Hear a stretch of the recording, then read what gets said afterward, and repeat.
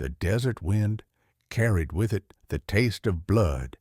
In the great Persian Empire of the 6th century BC, the name of King Cambyses II was already whispered with unease, not because of his victories, not because of his conquests, but because of the terrifying stories that leaked from behind the palace walls. Imagine an empire that stretched from Egypt to Babylon, ruled by a man whose every command was law, whose gaze could condemn or spare, and whose moods shifted like the desert storms. This man was the son of Cyrus the Great, one of the most admired rulers of all time. But while Cyrus was remembered for his vision, Cambyses would be remembered for something else entirely: his descent into madness. The chroniclers of antiquity, Herodotus among them, preserved the tales, though even they seemed almost too grotesque to believe.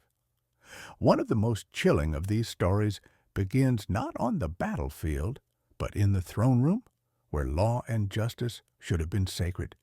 Instead, Cambyses turned justice itself into a spectacle of horror. It began with a trial. A Persian judge, Sisamnes, had taken a bribe and delivered a corrupted verdict. In most kingdoms, such an act might have been punished with a fine or exile or even execution. But Cambyses was not most kings. On that day, he summoned Sisamnes before the court. Witnesses, guards, and nobles filled the room, waiting to see what kind of judgment the king would deliver. The accused knelt before the golden throne, trembling. The air smelled of incense, but underneath it was the metallic tang of fear. Cambyses leaned forward. His voice, low and deliberate, carried across the chamber. "You sold justice," he said. "You betrayed the empire. You betrayed me." And then, with a cruel smile, he gave his command. Sisamnes was seized, bound, and dragged from the throne room. The people thought they knew what would follow: a swift execution, perhaps a public display of his body. But Cambyses had something far darker in mind. He ordered that Sisamnes be flayed alive. The sentence was carried out with ritual precision. His skin was peeled from his body, torn away in strips, while the man screamed and begged. The executioners did their work slowly, carefully, under the cold gaze of the king. The horror lasted for hours. By the time it was finished, Sisamnes was nothing more than a ruin of flesh and silence. But the story did not end there. Cambyses ordered that the skin be preserved. Piece by piece, the flayed hide of the corrupt judge was tanned and stitched together until it formed something grotesque: a chair. Not just any chair, but the official judge's seat. The throne of justice itself was now upholstered in human skin. For days, the court reeked of it. Nobles avoided looking at the chair, but none dared speak. To challenge the king's will was to risk sharing Sisamnes's fate. And then came the cruelest stroke of all. Cambyses called forth Otanes, the son of Sisamnes. The young man approached, trembling, not knowing whether he too would be condemned. Instead, Cambyses announced that Otanes would inherit his father's position as judge. The boy was forced to take his place in the chair made from his father's skin. Every day he sat in judgment. He could feel the hide beneath him, the grotesque reminder of what awaited him if he faltered. Cambyses' voice echoed in his mind: "Remember this, and judge fairly." It was not justice. It was terror disguised as law. To the Persians, this act cemented Cambyses' reputation as a ruler consumed by cruelty and madness. He did not simply punish corruption. He turned it into theater, a lesson written in blood and flesh. And he seemed to revel in it. But this was only the beginning. In the years that followed, Cambyses' paranoia deepened. He struck down rivals, executed nobles on the faintest suspicion, and slaughtered sacred animals in Egypt to mock their gods. His cruelty spared no one, not family, not allies, not even his own people. And yet his empire marched on. Armies still conquered, cities still fell, and the Persian banners still rose over foreign lands. Beneath the grandeur, though, a rot was spreading, a rot born of fear, madness, and a king who no longer seemed entirely human. The image of the judge's chair haunted the empire. Some whispered that the skin itself cursed the throne, that the screams of Sesamnes still echoed in the court, invisible to all but the guilty. Others claimed Cambyses had lost his soul the day he gave that command.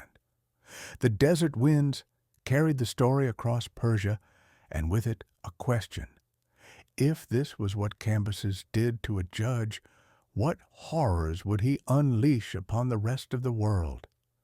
The answer was coming, and it would be written not just in the courts of Persia, but on the battlefields of Egypt, where Cambyses' madness would erupt in ways that shocked even his hardened soldiers. The empire trembled, but none dared stop him. Not yet. And in the shadows of his throne, whispers grew louder. How long could such madness rule before it consumed everything? The sands of Egypt still whisper of the day Cambyses arrived, not as a liberator, but as a shadow that fell across the Nile. To his soldiers, Egypt seemed like a land blessed by the gods, fertile, eternal, bathed in sunlight. To Cambyses, it was a stage on which to display his madness. At first, conquest came swift. Cities fell. Priests surrendered. The temples of the pharaohs, built to endure eternity, now echoed with the footsteps of Persian troops. Yet Cambyses was not content with victory. He wanted humiliation. The Egyptians revered their sacred bull, the Apis, as a living embodiment of a god. For centuries, when one Apis bull died, priests searched for its successor, a calf born with specific markings that signified divinity. The people worshipped it, clothed it in gold, and treated it as a bridge between men and gods. To touch Apis was to touch the divine. When Cambyses heard of this tradition, he did not bow to it. Instead, he laughed. One day, in front of the people, he ordered the sacred bull paraded before him. The priests trembled as they brought the animal forward, its dark hide gleaming, its forehead marked with white. To the Egyptians, this was holy. To Cambyses, it was weakness. He drew his blade, and with a single thrust, he drove it into the bull. The crowd gasped, priests wailed, blood pooled on the sacred stones.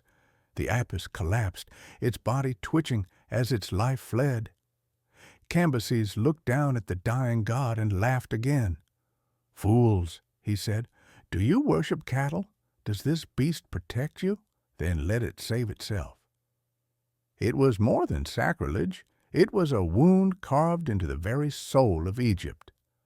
To murder Apis was to desecrate the gods themselves. The people whispered that Cambyses had invited divine punishment, that madness had overtaken him because no man could spill sacred blood without paying the price. But Cambyses was not finished. He turned his fury on the priests, mocking their robes, their chants, their offerings. He ordered some beaten, others executed. Temples were ransacked, treasures seized. Statues of the gods were toppled. The once proud halls of Karnak trembled with Persian boots and the laughter of a king who no longer feared heaven or earth. His soldiers began to murmur, was this conquest or was this blasphemy? Even hardened warriors who had followed Cambyses from Persia to the Nile began to avert their eyes from his cruelty. It was said that some saw shadows clinging to him, that the ghost of the Apis bull walked at his side, its bleeding hide a silent reminder of divine wrath. The Egyptians waited for their gods to strike him down, but days passed, then months. Cambyses remained. His laughter echoed in the halls of Egypt, and his paranoia deepened. He began accusing his own men of betrayal. Nobles disappeared overnight. Executions became daily theater, and the memory of the flayed judge's skin chair returned to the minds of those who had once thought it an isolated madness. Now they knew. This was who Cambyses truly was. Herodotus wrote that the king's mind was not sound. Some whispered he had been cursed, others that wine and blood had poisoned his soul. Whatever the truth, his cruelty seemed endless. And yet it was not Egypt that would destroy him. It was himself. For the madness of Cambyses was a fire that burned everything around him, and soon it would turn inward. The story of his fall was about to begin. It was said that no throne is ever secure when its master fears shadows. By the time Cambyses had ruled Egypt for months, he trusted no one, not priests, not generals, not even his own family. The conqueror of nations had become a prisoner of his paranoia. Rumors spread of his cruelty like wildfire. A nobleman accused of plotting rebellion was dragged before him, only for Cambyses to stab him with his own hands at the banquet table. Courtiers whispered that he sometimes laughed in silence, as if hearing voices no one else could. The wine flowed endlessly, but so did blood. Even his own kin were not spared. His beloved brother Bardia, some say by envy, others by sheer suspicion, was put to death. Some claimed Cambyses ordered it while drunk, others that he believed Bardia was plotting to seize the throne in his absence. Whatever the truth, his paranoia tore apart the very family that had once carried the Achaemenid dynasty to greatness. Herodotus tells us Cambyses even plotted a campaign against Ethiopia, the land of long-lived men. He dreamed of conquering the very ends of the earth. But his armies were ill-prepared, marching into deserts without supplies. Soldiers collapsed by the thousands, their bones bleaching under the merciless sun. The campaign became a vision of hell, and the survivors cursed his name. Back in Memphis, the Egyptians looked upon their so-called king and saw not a ruler, but a madman. His laughter rang in the temples, his sword dripped with sacred blood, and his eyes glowed with fevered delusion.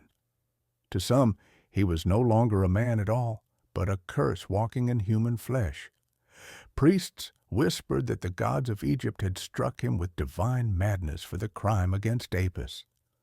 Persian nobles whispered that the royal line itself was doomed, for the king had betrayed blood and kin. And Cambyses himself?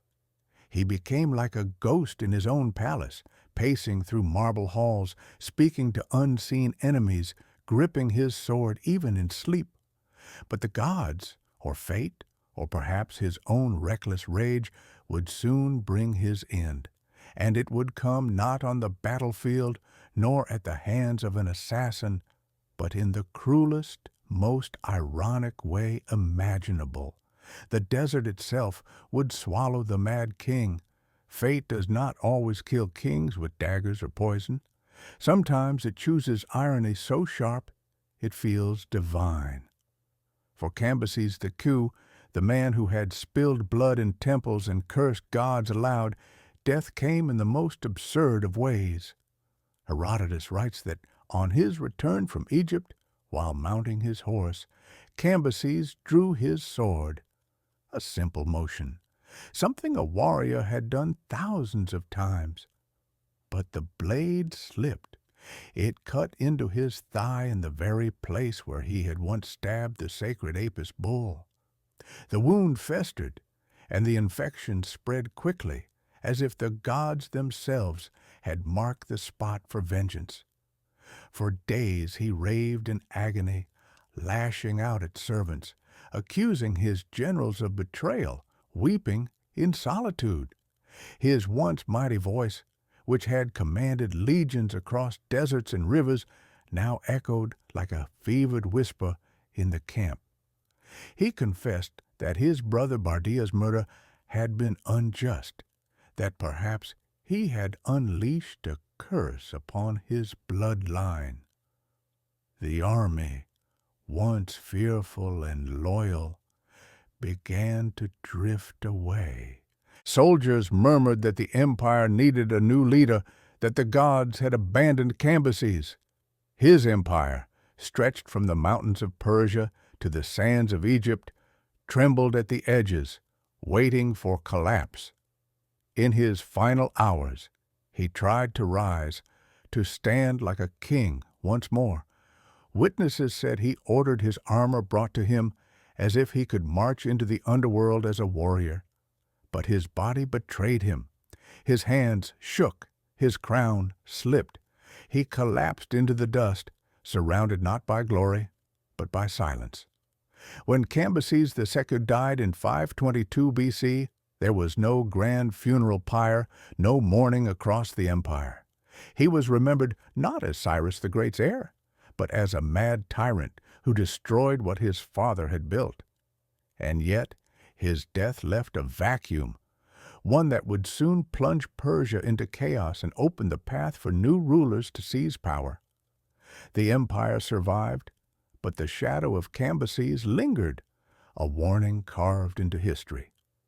The story of Cambyses Downs is not simply of a cruel king, but of how paranoia, rage, and sacrilege can rot even the strongest empire from within. His life was a flame burning too bright, too violently, until it consumed itself. And in the end, all that remained was a name whispered like a curse. Cambyses the Mad.